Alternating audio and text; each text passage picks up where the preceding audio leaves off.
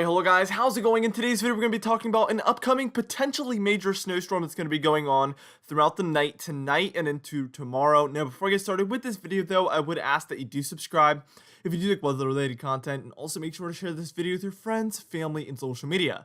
And I'd also highly recommend that you check out our very exciting Patreon page in the description and in the pinned comments down below, and then also our very awesome channel membership, which is next to that subscribe button. Anyway, for today's comment of the day, I want to know, what is the maximum amount of snowfall you think we see with this snow event? Let me know in the comments down below, and I'll be picking one of those for tomorrow's video. Now let's get straight into things, and as you can see, first off, we're taking a look at our radar, and we did have a little bit of a snow event down there for Virginia, and that crossed over into the mid-Atlantic, even areas like Delaware, New Jersey, and Pennsylvania seeing that some of that snowfall. And as you can see, that rain snowfall line is just moving further and further north as this progresses. Overnight, we've seen warmer and warmer temperatures move in, and that's what's caused all of these things to happen. So let's go ahead and take a zoomed in look at New England real quick.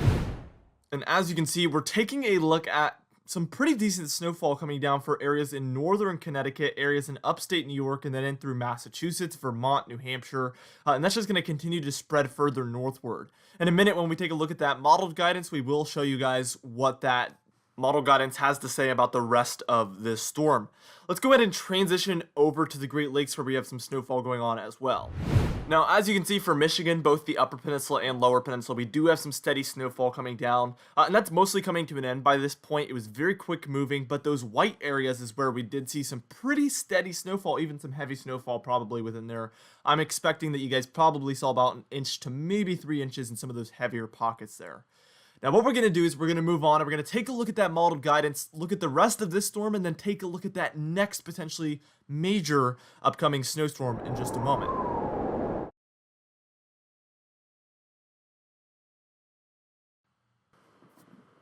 Now let's just get straight into the modeled guidance, and as you can see, we're taking a look at the very tail end of that storm we were just taking a look at. Still some snowfall for Michigan, still some snowfall up there for New England by the time we're reaching maybe about 6 or 7 a.m. there, which is just after I'm making this video, like just after it.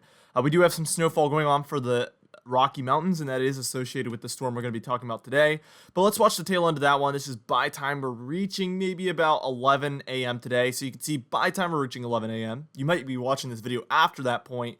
We will be seeing the tail end of that snowfall there for Michigan and New England up there. And as you can see, by time we're reaching maybe approximately 11 p.m. tonight or 10 p.m. tonight, that will be coming to a very close end there for Maine and the upper regions of New England. Now, by time we're reaching about 7 p.m. tonight, so we're backtracking a little bit, we can see the very beginning of that low pressure center down there in the plains, and that's going to be the beginning of our potentially major snowstorm for the plains, the upper Midwest, and the Great Lakes. Now, what we're going to do is we're going to move on, and we're going to move on towards where this is actually going to become a pretty big snowstorm in just a moment. Now, this is by the time we're taking a look at about 1 or 2 a.m. there on Sunday, February 28th, just tomorrow from the time I'm making this video. And as you can see, some light to moderate snowfall begins to develop there, especially for Wyoming, South Dakota there, Nebraska, Minnesota, and Iowa. You can see a very heavy corridor there in South Dakota, Minnesota, and Iowa up in the corners of all of those states. Very interesting setup we have here. By the time we are reaching about 5 or 6 a.m. there on Sunday, you can see that we do see that snowfall move up a little bit further north for South Dakota, Minnesota, and Wisconsin. Even some heavier pockets in there, especially for Minnesota, according to our European model here, by the time we're reaching Sunday morning. Now, by the time we reach about 1 or 2 p.m. there on Sunday, you can see that we see that snowfall, for the most part, move mostly into Wisconsin and the Upper Peninsula of Michigan there.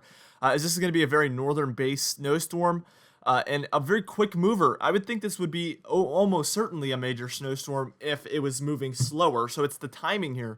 If you get only 6 hours of heavy snowfall, it can only accumulate so much. But if you get 24 hours of heavy snowfall, we all know what happens when that occurs. That's why the pattern setup and the timing of these snowstorms is so crucial in how much snowfall that will come down eventually.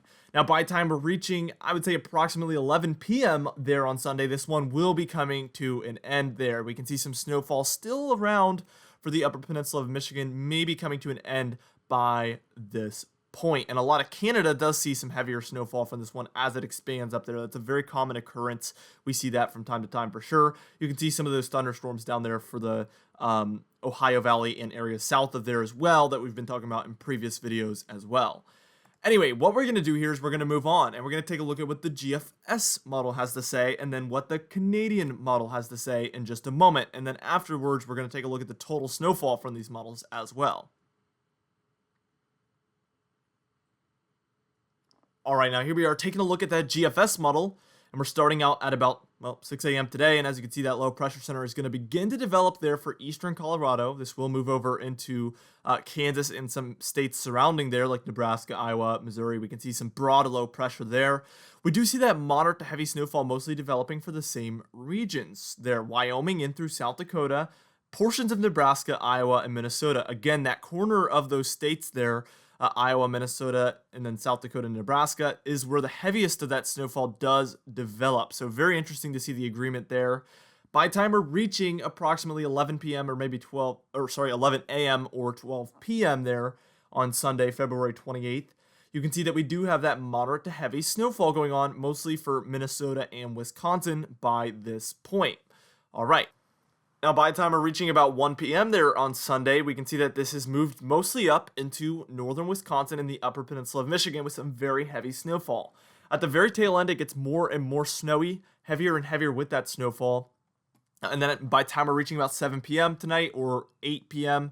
here on Sunday, February 28th, we will be seeing that moderate to heavy snowfall still for the upper peninsula of Michigan coming to an end by the next morning, as we saw on that European model. Let's move over to the Canadian model and take a look at what this one has to say. We're starting out even earlier, actually 2 a.m. on Saturday. I didn't mean to pick that frame. Usually I don't like picking frames that are before the time I'm making the video, but obviously it's past 2 a.m. by the time I'm making this video, just by a little bit though. So let's take this to about 2 a.m. on Sunday, which is definitely past the time I'm making this video. So tonight, 1 or 2 a.m. And as you can see, there is that moderate snowfall for, again, South Dakota, Nebraska, Iowa, Minnesota. This one does have a little bit more mixing on the southern end there for Iowa and Minnesota. So we're going to watch for that closely, but I don't think that's going to be the case. Typically, when you see the GFS and the European model agreeing, and then the Canadian model trying to show something else, you're going to go with the European model and the GFS model that are in agreement. By the time we're reaching 11 a.m. or so tomorrow, you can see that we do have South Dakota, Minnesota, Wisconsin, all in that moderate to heavy snowfall there. And then as all the other models had, it eventually moves up into northern Wisconsin in the upper peninsula of Michigan, eventually moving out by about 11 p.m. on Sunday or so, and then earlier into that next morning. Now, what we're going to do here is we're going to move on and we're going to take a look at all three of these models' total snowfall guidance in just a moment.